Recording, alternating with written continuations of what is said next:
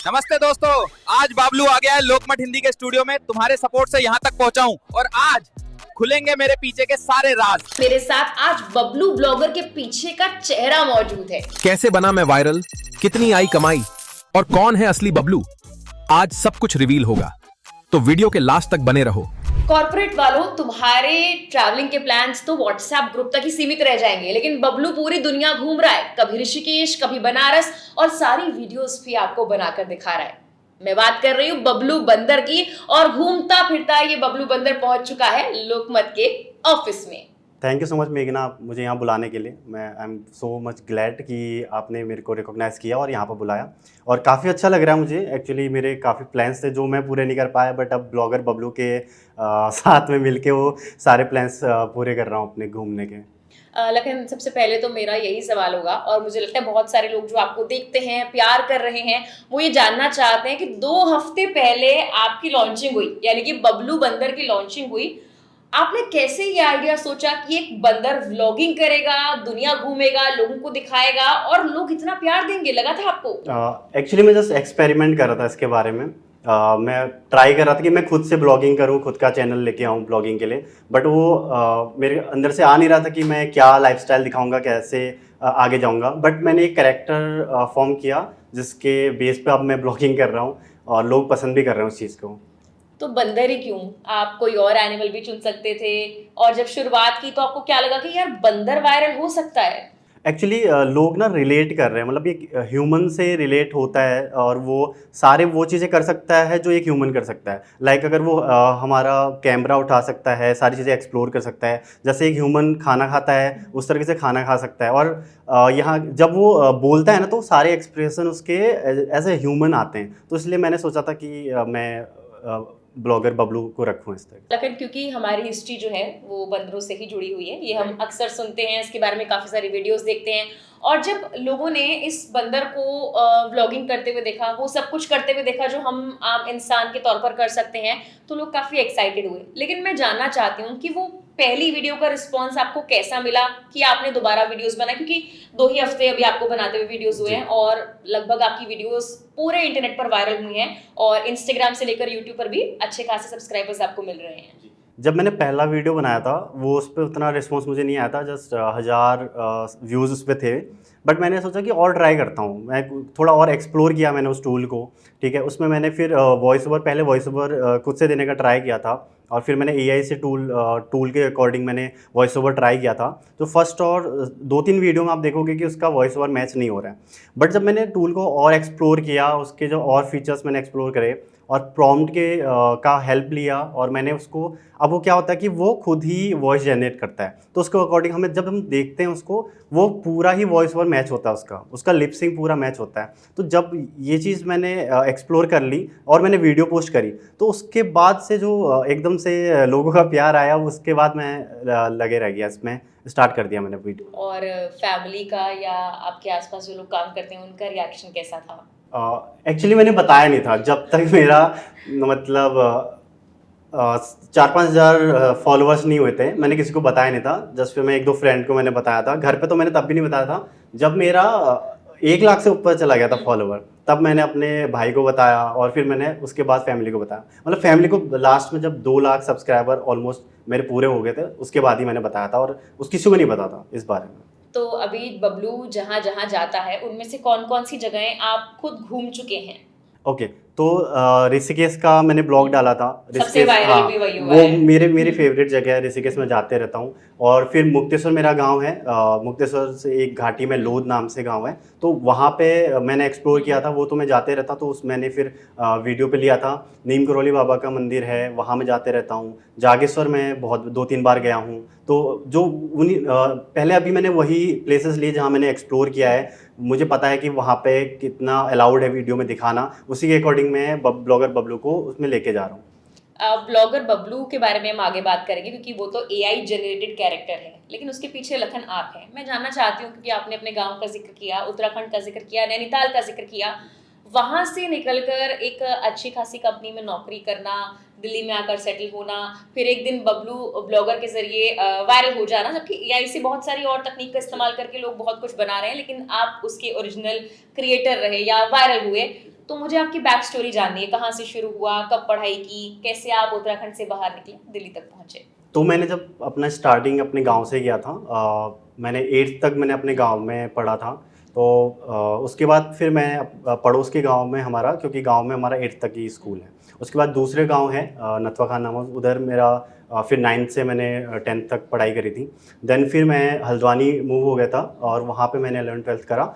Then फिर मैंने BTech Bareilly से किया और वहाँ से बीटेक करने के बाद मैंने मैकेनिकल से बीटेक किया था, बट मेरा एक्चुअली जो एक इंटरेस्ट था वो ग्राफिक एंड वीडियो में बहुत ज़्यादा था स्टार्टिंग से ही।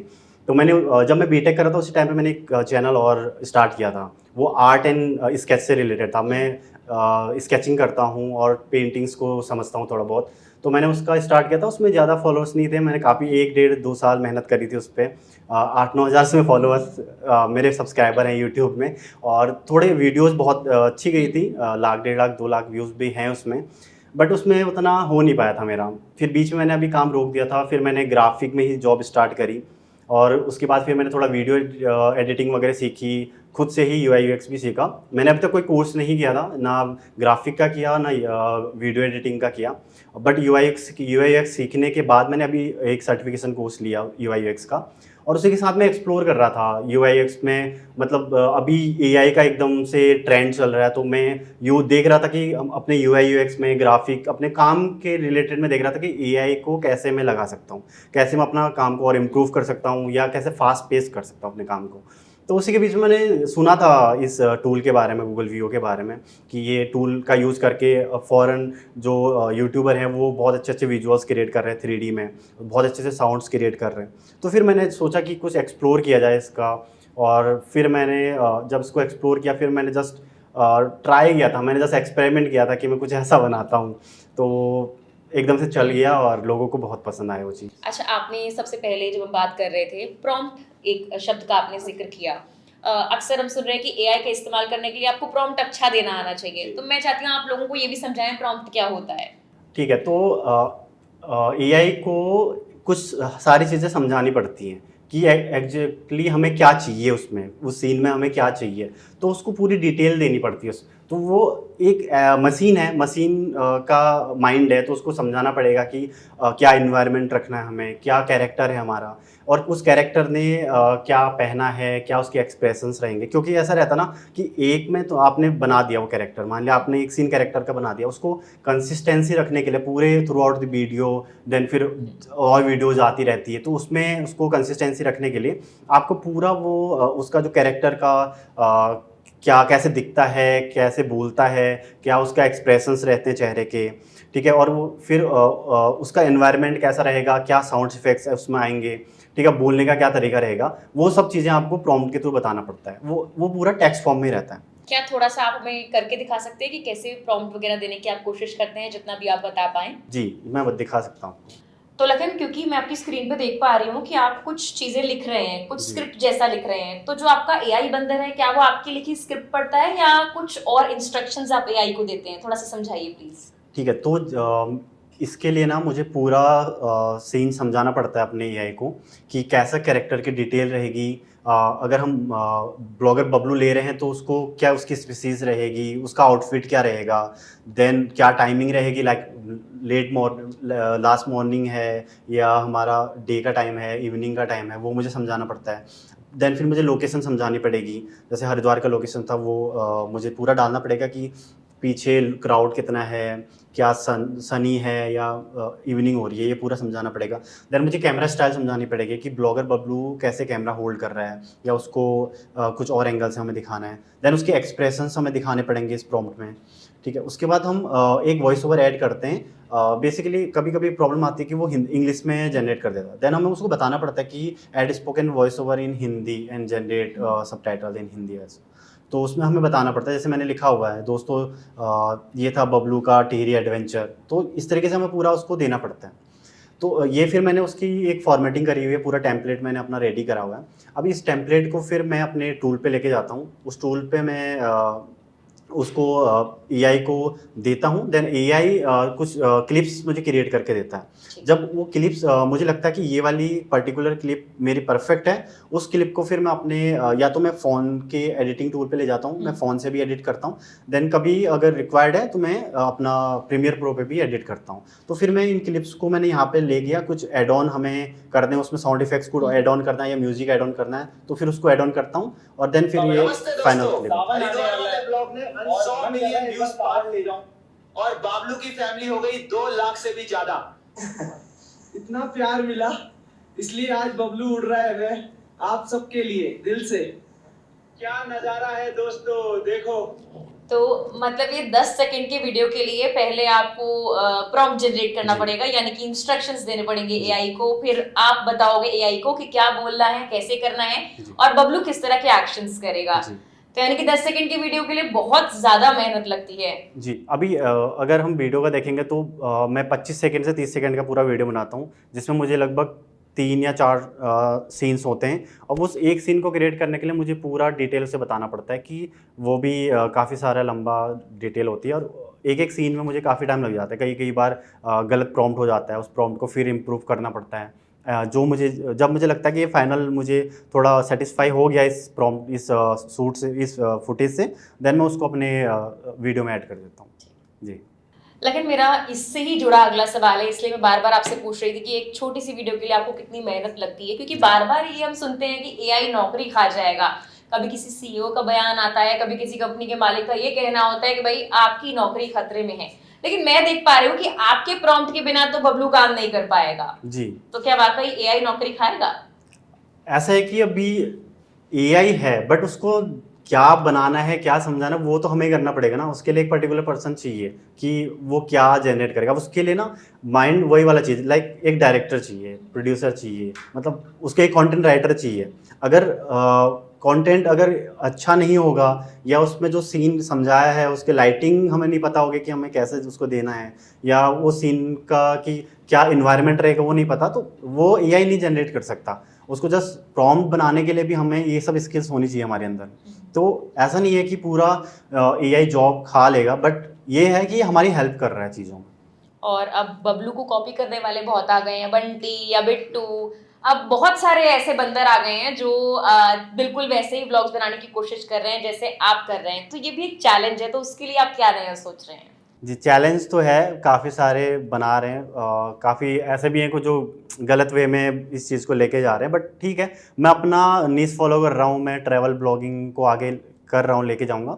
और इन फ्यूचर मैंने सोचा है कि मैं अपना फेस वाला चैनल लेके आऊँगा, जिसमें मैं खुद से एआई टूल्स के बारे में लोगों को बताऊँगा इंडिया में, कि अभी लोगों को पता नहीं कि कैसे कैसे अपने फील्ड में हम उस एआई को यूज़ कर सकते हैं। लाइक ग्राफिक है, वीडियो है, यूआई यूएक्स है, दुनिया में बहुत सारे एआई टूल्स ऐसे आ चुके हैं जो आपकी काम को आसान कर सकते हैं। जो आप 2-3 दिन लगा रहे हैं जिस काम को करने में, वो आपका 1 घंटे में वो काम करके दे सकता है। बट एआई ये नहीं कि वो आपकी जॉब खा लेगा, आप एआई का यूज़ करके अपना काम को आसान कर सकते हो। ये चीज़। अच्छा, बबलू अभी कितनी कमाई कर रहा है? ये थोड़ा पर्सनल क्वेश्चन हो गया है, लेकिन मुझे लग रहा है जब लोग इतना वायरल होने के लिए बबलू को कॉपी कर रहे हैं तो जाहिर सी बात है भाई छाप तो रहे हैं। अभी जस्ट स्टार्ट किया है, कुछ कोलैब मैंने करे हैं, बट मैं कोलैब के लिए बहुत सारे आ रहे हैं, बट कुछ गलत प्लेटफॉर्म भी आ रहे हैं, तो मैं उसको करने के लिए बिल्कुल भी इच्छुक नहीं हूँ अभी। कुछ अच्छे ब्रांड्स आएंगे तो उनके साथ मैं ज़रूर आगे जाऊँगा। अच्छा, एक छोटा सा रैपिड फायर बबलू के साथ हम करते हैं, उसके बाद इस इंटरव्यू को हम खत्म करेंगे। बहुत सारे राज बबलू के बारे में खुल चुके हैं और बाकी रैपिड फायर में खुलेंगे। बबलू का फेवरेट खाना कौन सा है? केला।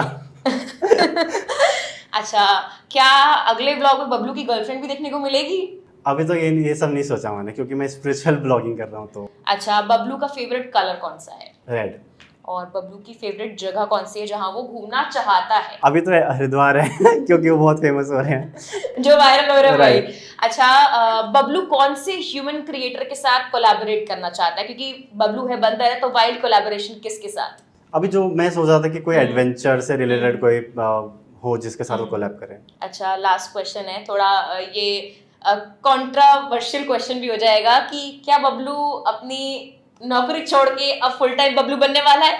अभी तो ऐसा कुछ नहीं सोचा मैंने।